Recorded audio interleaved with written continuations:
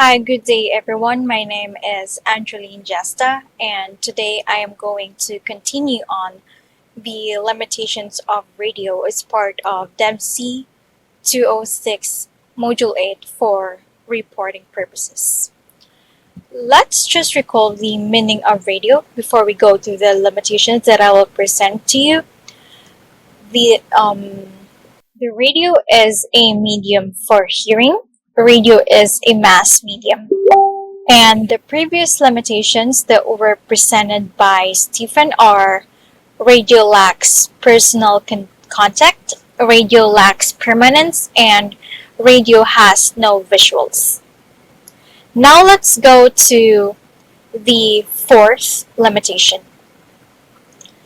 Radio has difficulty putting messages into context. This means the audience faces challenges in providing context for messages that they hear from radio because it lacks the visual cues or representation that are available in written media. This also means that whenever we listen to radio or whenever we listen to podcasts, there can be a possibility that we may not get what the context is all about instantly, or we may misunderstand the context that the radio station or the radio personality is trying to convey. I am going to play a recording as an example, and I want you to listen to it and just listen to it like it's the first time you've heard it and see if you get the context instantly. Maghugas ng kamay, mag-alcohol, dumistansya, at syempre, magsuot ng face mask. Opo, nanay, para makatulong tayo na hindi kumalat ito. Muling paalala, lalong mag-ingat at panatilihing malusog ang katawan sa panahon ngayon. Isang paalala mula sa World Health Organization at ng himpilang ito.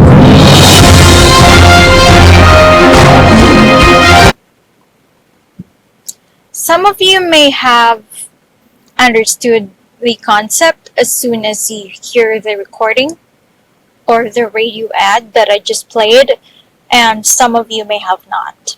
So that's an example of the fourth limitation. Now let's go to the fifth one. Radio does not hold the listener's full attention. This is because listener often engage in other activities such as driving, working, or doing household chores while listening to radio. So this means that there are various factors that may affect or may not affect the listener's capability to listen to a radio. So there is a divided attention that leads to message being missed, ignored, or misunderstood. And as a result, radio often serves as a secondary medium with only partial attention given to the content or the message being conveyed. I'm going to show you a few photos that represent these limitations. This first photo is an old man who has his headset on while it looks like he's browsing through his phone while listening to music or radio, or maybe a podcast. But this is an example of someone who may get distracted or may not get the full attention or the full message of what he's trying to listen to.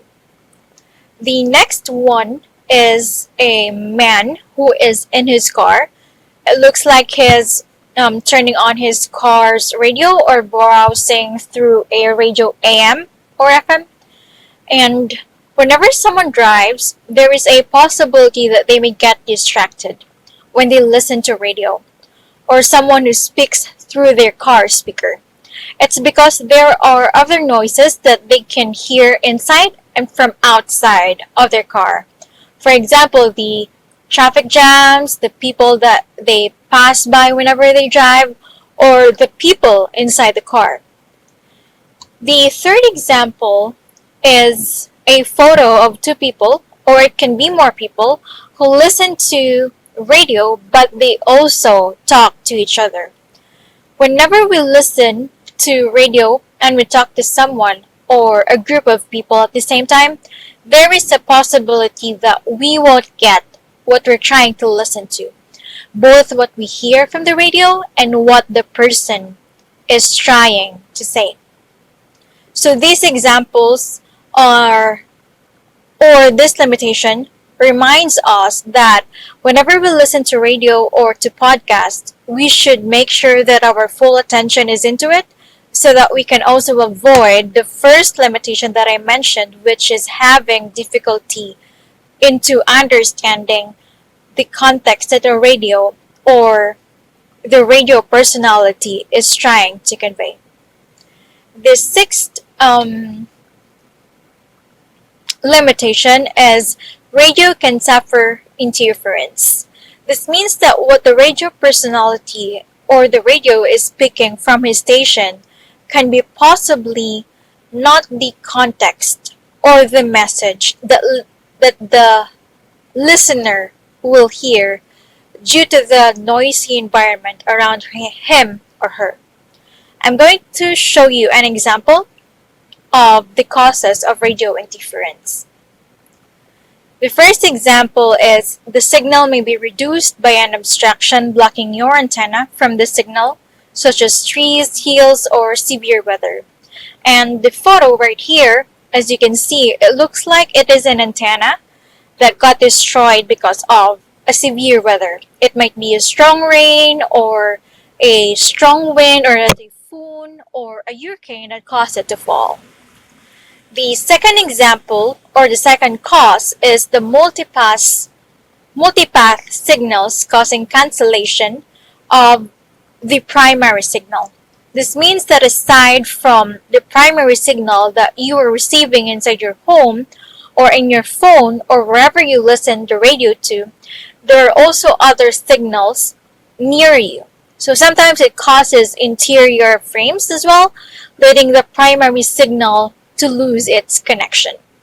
As you can see in the photo right here, for example, there are some direct signals and there are reflected signals. So they affect one another.